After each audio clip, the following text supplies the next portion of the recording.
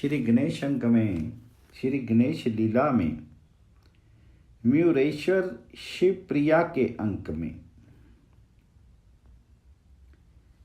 प्रबलतम सिंधु ने देवताओं पर विजय प्राप्त कर ली।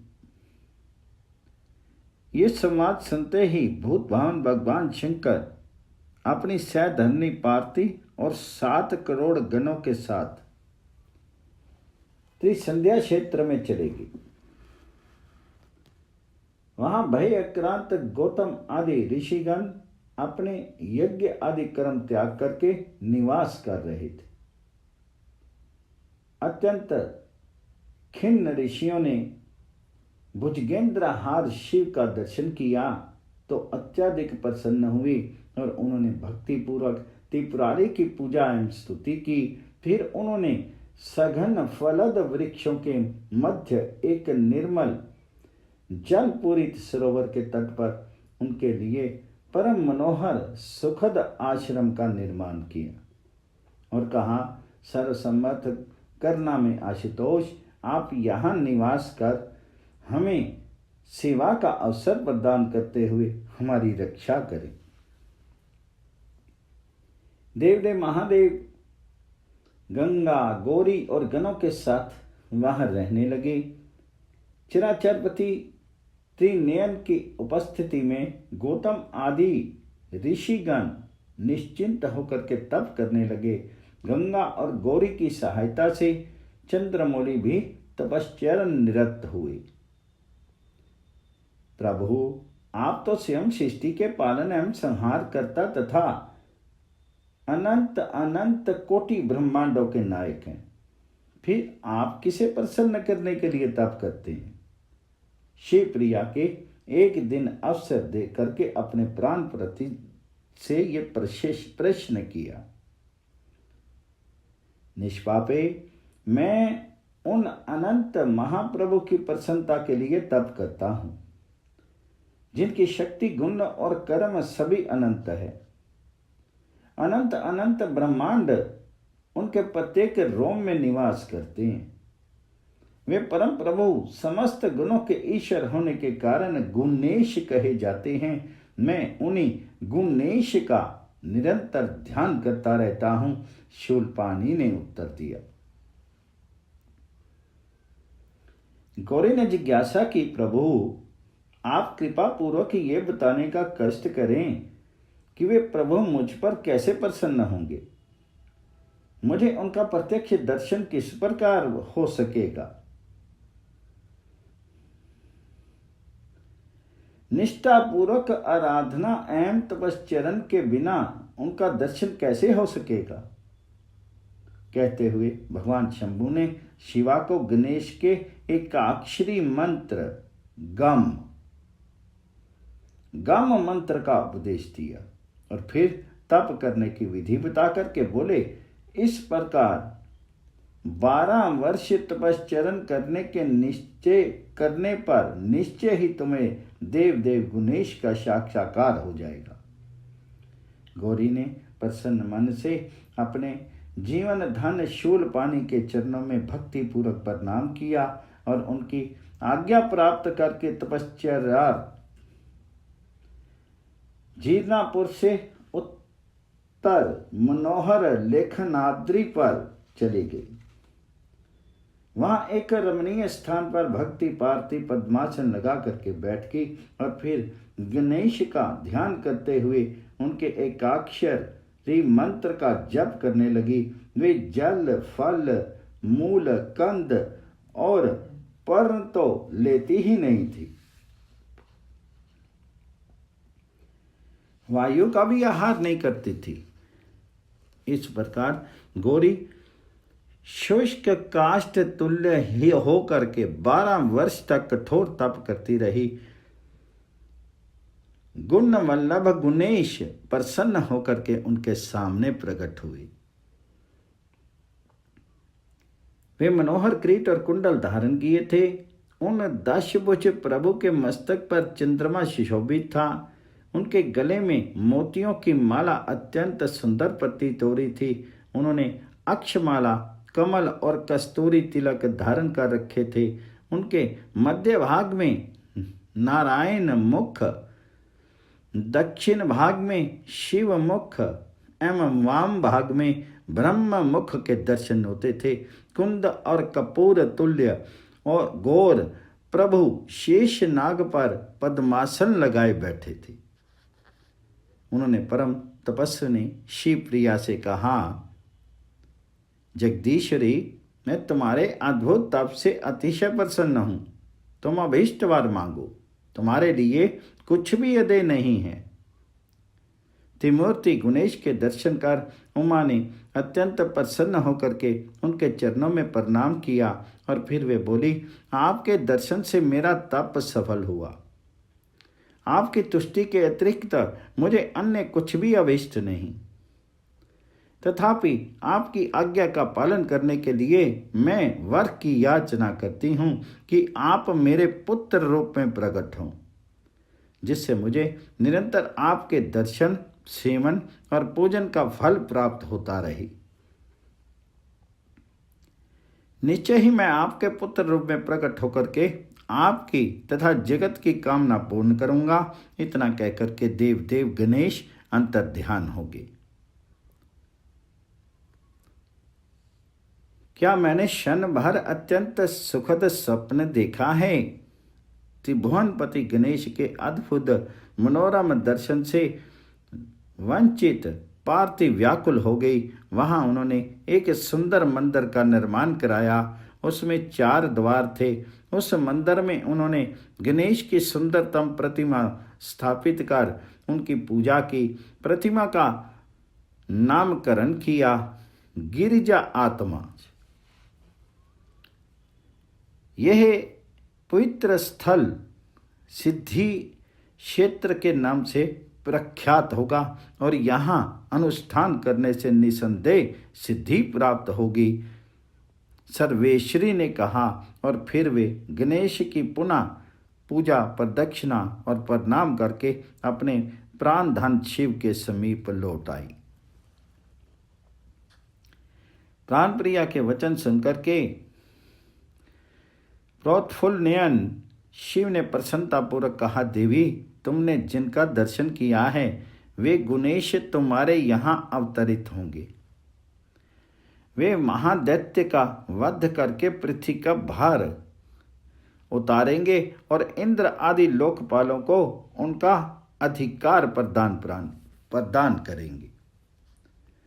भगवान शंकर तो प्रसन्न थे ही, जगत जननी शिवा भी अत्यंत आनंदित हुई। शिवप्रिया भगवती पार्वती की कोख से धर्म अभ्युदय उद्यानार्थ अनंत ब्रह्मांडपति साक्षात गणेश अवतरित होंगे। ये समाचार तुरंत ऋषि मुनियों के शास्त्रों आश्रम में पहुंच गया। देवता, ऋषि एवं ब्राह्मण प्रभृति सद धर्मपरायण नर नारी अत्यंत प्रसन्न होकर के देव गणेश की पूजा प्रार्थना करते हुए निरंतर उनके नाम का जप करने लगे। और यही क्रम भगवती पार्वती का भी था। उनके नेत्रों में निरंतर गणेश की दिव्य मंजुल मूर्ति नाचती रहती थी। इस प्रकार गणेश के ध्यान एवं उनके आराधन में कुछ समय व्यतीत हुआ। भाद्रपद मास के शुक्ल पक्ष की चतुर्थी आई। उसमें चंद्रवार, स्वाति नक्षत्र एवं सिंह लगन का योग, 5 शुभ ग्रह एकत्र थे। महिमामयी देवी पार्वती ने गणेश की षोडशोपचार से पूजा की। वे भक्तिपूर्वक प्रार्थना कर ही रही थी कि उनके सम्मुख परम तेजस्वी असंख्य मुख, असंख्य नेत्र, असंख्य कर्ण, असंख्य नासिका और असंख्य हस्त पद युक्त महामहिम सच्चिदानंद घन प्रकट हुए। शुभे, आपने जिसके लिए कठोर तप किया था और जिसकी निरंतर आराधना कर रही थी, मैं वही गणेश आपके घर अवतरित हुआ हूं। परम गुरु की अमृतमय वाणी से आप्यायित होकर के महाभाग्यशालिनी गौरी ने निवेदन किया, प्रभु आप अपने इस विराट रूप को त्याग करके मुझे पुत्र का सुख प्रदान करें। पार्थिव के सम्मुख स्फटिक मणि तुल्य षडभुज त्रिनयन शिशु क्रीड़ा करने लगा। उसकी नासिका सुंदर थी, उसके मुखारविंद की शोभा अवर्णनीय थी और उसका वक्षस्थल विशाल था। उसके चरण कमलों में ध्वज अंकुश और उधर रेखा युक्त कमल आदि परम शुभ चिन्ह थे। उसका मंगल वपु कोटि कोटि शशि के तुल्य था। पार्थिव नंदन के प्रथम शब्द से ही प्रकृति मनोरम हो गई। शुष्क वृक्ष हरित पत्र युक्त हो गए, धुंधवी बाज उठी, आकाश में सुमन वृष्टि होने लगी, ऋषियों के आश्रम में हर्ष की लहर दौड़ गई। उधर गणों से संवाद पाकर के प्रसन्न शिव पार्थिव के समीप पहुंचे। वे स्फटिक सदृश कुंद धवल कंज लोचन बालक का अनिर्वचनीय सौंदर्य देख करके चकित हो गए। कुछ क्षण बाद उन्होंने गिरजा से कहा, यह बालक नहीं, ये तो अनादि सिद्ध जरा जन्म शून्य लीला पूर्वक शरीर धारण करने वाला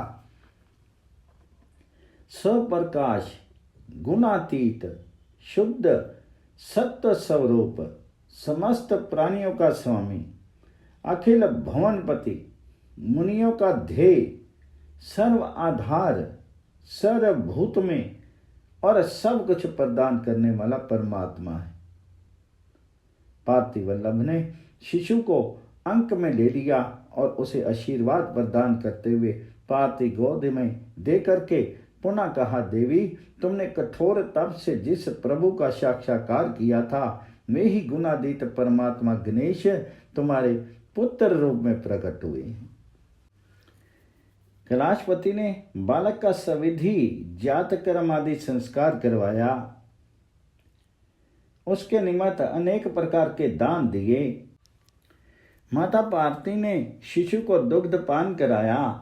अनादि सिद्ध बालक जगत जननी के पवित्रतम अंक में सुख पूर्वक लेट करके दुग्ध पान करने लगा। ज्योतिषियों ने बालक के जन्म काल के अनुसार अद्भुत फल बतलाया। यह अत्यंत पराक्रमी बालक अपने भक्तों एवं संपूर्ण जगत को सुख प्रदान करने वाला होगा। भगवान शंकर, माता पार्वती एवं शिव गणों में ही प्रसन्नता नहीं थी। ऋषियों, ऋषि पत्नियों एवं उनके बालकों के मन में आनंद की लहर दौड़ रही थी। संपूर्ण दंडकारण्य में सुगंधित पवन के साथ जैसे मदमत आनंद डोल रहा था, उन्मुक्त नर्तन कर रहा था।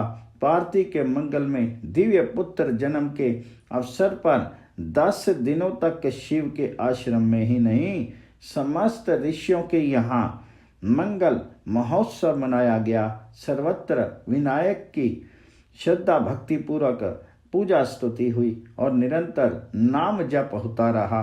शिव और शिवा प्रतिदिन सहस्त्रों ब्राह्मणों को भोजन कराते और उन्हें विविध प्रकार के दान देते रहे। 11वें दिन समस्त गणक और ऋषि समुदाय एकत्र हुआ। बालक का नामकरण हुआ। ये बालक सर्वेश्वर एवं समस्त गुणों का आगार है। ये समस्त विघ्नों का हरण करने वाला सर्व आरंभ में प्रथम पूज्य होगा। इस कारण इसका नाम गुणेश होना चाहिए। शंभु ने सविधि सत्कार करके सबको संतुष्ट किया। ऋषि वृंद बालक को शुभ आशीष प्रदान करते हुए प्रसन्न मन से अपने अपने स्थान के लिए प्रस्थित हुए। ओम गण गणपते नमः।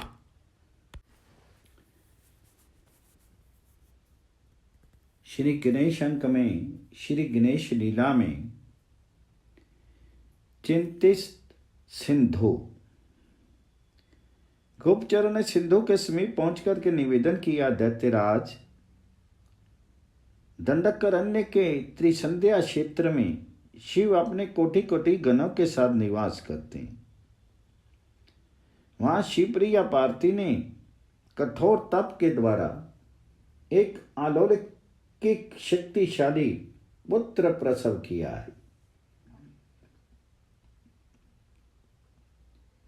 शास्त्रों ऋषियों का विश्वास है कि वह बालक असुरों का संहार करने में समर्थ होगा। शिवगणों और ऋषियों का आत्मबल अत्यधिक बढ़ गया है। वे बालक की रक्षा में प्राणपण से तत्पर हैं। उसी समय आकाशवाणी हुई, असुरराज, तेरा वध करने वाले ने जन्म ले लिया है, तो सावधान हो जा।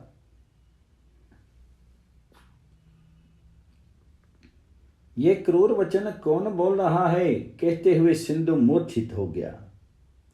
कुछ देर बाद सचेत होकर के उसने कहा, सामान्य मशक विशाल गज का वध कैसे कर सकता है? मैंने करोड़ों देवताओं को क्षणार्ध में ही पराजित करके विष्णु को बंदी बना लिया है। यही शुद्र बालक तो सर्था नगण्य है। किंतु सिंधु मन ही मन भयक्रांत हो गया था। उसके वीर असुरों ने कहा, असुरराज, आप अमरण वर प्राप्त सर्थाजे हैं, आपकी मृत्यु कैसे हो सकती है? आप हमें आज्ञा प्रदान करें, हम उक्त आश्रम में जाकर के अवसर देखते ही बालक को यम सदन भेज देंगे। सिंधु की चिंता कम हुई। उसने असुरों की प्रशंसा कर उन्हें पुरस्कृत किया। फिर उसने शिवा पुत्र का संहार कर देने के लिए वीर अग्रणी असुर गुप्तचरों को आज्ञा दी। सिंधु के गुप्तचर मुनियों के वेश में त्रिसंध्या क्षेत्र में यत्र तत्र निवास कर अवसर की प्रतीक्षा करने लगे। बालक गुणेश उत्तरोत्तर बढ़ने लगा। 72 जन्म का संवाद प्राप्त करके प्रसन्न मन हिमगिरी शिव के आश्रम पहुंचे। उन्होंने बालक को गोद में लेकर के उसे बहुमूल्य रत्न आभरण आदि उपहार दिए और बालक का नाम रखा हिरंब।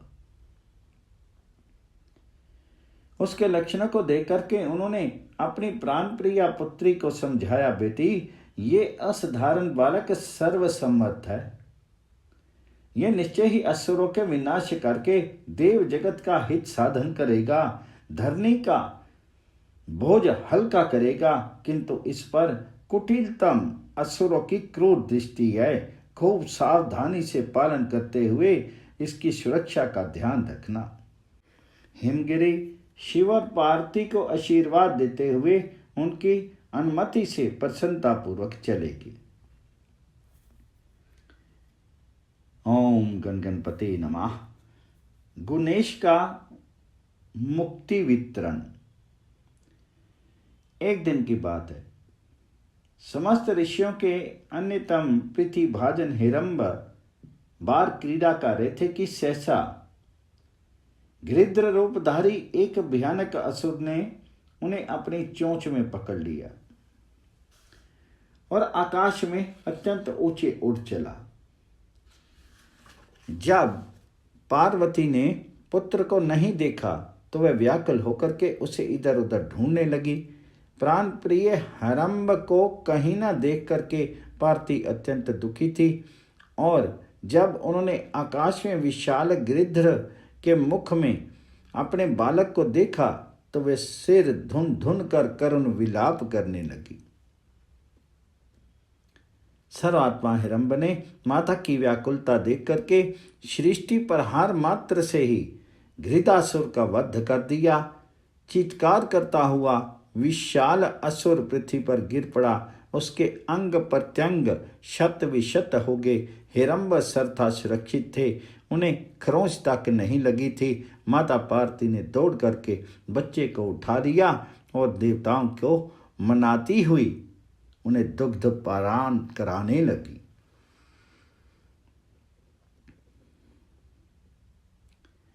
ओम गणगणपति नमः। संध्या काल था। माता पार्वती हिरंब को पालने में लिटा करके लोरी सुना रही थी। उसी समय क्षेम और कुशल नामक दो महाभयानक असुर पार्वती के आश्रम में प्रवेश करके उन्होंने बालक को मारने का प्रयत्न किया तो पार्वती चिल्ला उठी, किंतु तब तक बालक के पद आघात से ही उन असुरों का हृदय विदीर्ण हो गया। वे रक्त वमन करते हुए भागे, किंतु कुछ ही दूर जाकर के गिर पड़े, फिर उठ नहीं सके। गणेश ने उन्हें मोक्ष प्रदान किया। ओम गणगणपति नमः। एक दिन माता पार्वती सखियों के साथ मंदिर में पूजा करने गई। हिरंबा मंदिर के बाहर क्रीड़ा कर रहे थे। उसी समय क्रूर नामक महाबलवान असुर ऋषि पुत्र के वेश में आकर के उनके साथ खेलने लगा।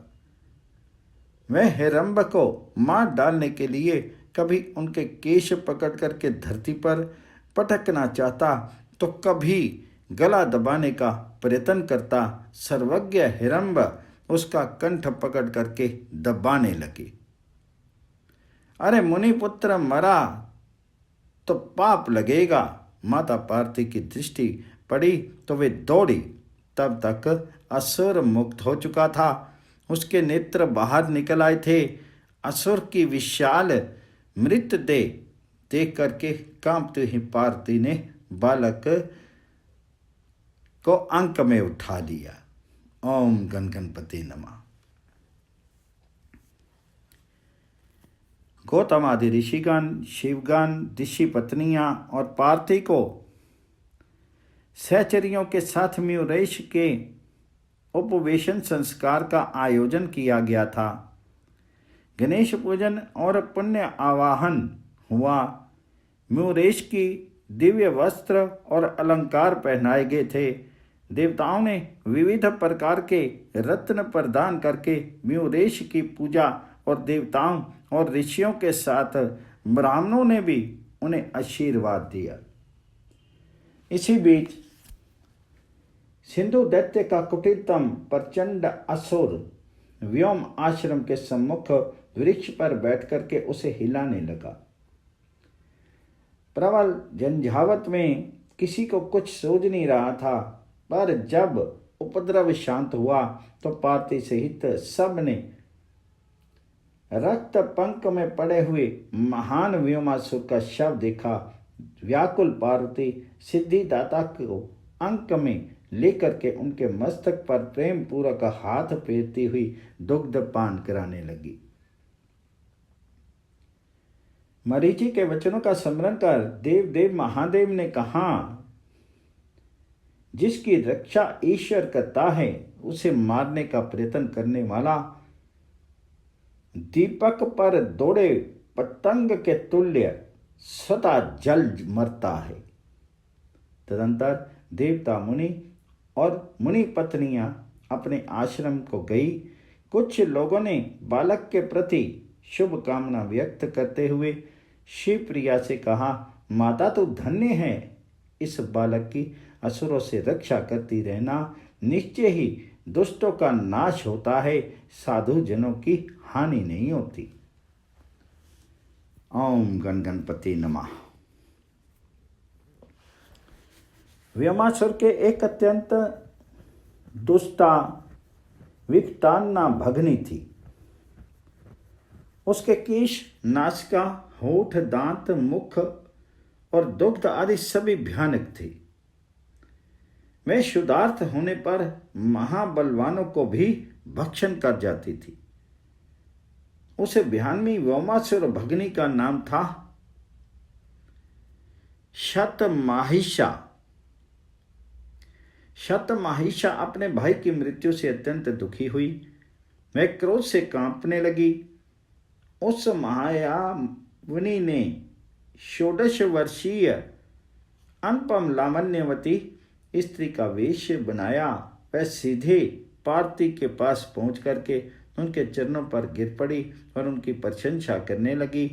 परम सरला जननी पार्वती ने उसे भोजन आदि से संतुष्ट किया और रात्रि में अपने ही समीप पर्यंक पर सुलाया। सर्वज्ञ हिरंब मायावनी राक्षी की प्रत्येक गतिविधि जानते थे। सप्तमहिषा ने उन्हें स्पर्श किया ही था कि केवल 5 मास के हिरंब ने अपने नन्हे हाथों से उसकी नासिका और कान पकड़ ली। राक्षी के लिए बालक पर्वत तुल्य और उसके सुकोमल हाथ वज्र सदृश प्रतीत हुए। वह छटपटाती हुई चिल्लाने लगी। शतमहिषा बालक को जितना छुड़ाने का प्रयत्न करती, बालकों के वज्र हस्त उसे और अधिक जकड़ते जा रहे थे। पार्वती और उनकी सखियां दौड़ी। राक्षी की नासिका और कान बालक से छुड़ाने का उनका प्रयास भी विफल रहा। अनंत चीत्कार करती हुई राक्षी उछल करके धरती पर गिर पड़ी। सहचरियों ने मृत देह की ओर ध्यानपूर्वक देखा तो घबरा गई। निश्चय ही वह मायावनी भयानक राक्षसी गुणेश का प्राण हरण करना चाहती थी। शिवगण उक्त राक्षी का शव ले जाकर के दूर फेंकाए। इस प्रकार असुरराज सिंधु के भेजे हुए कमठ,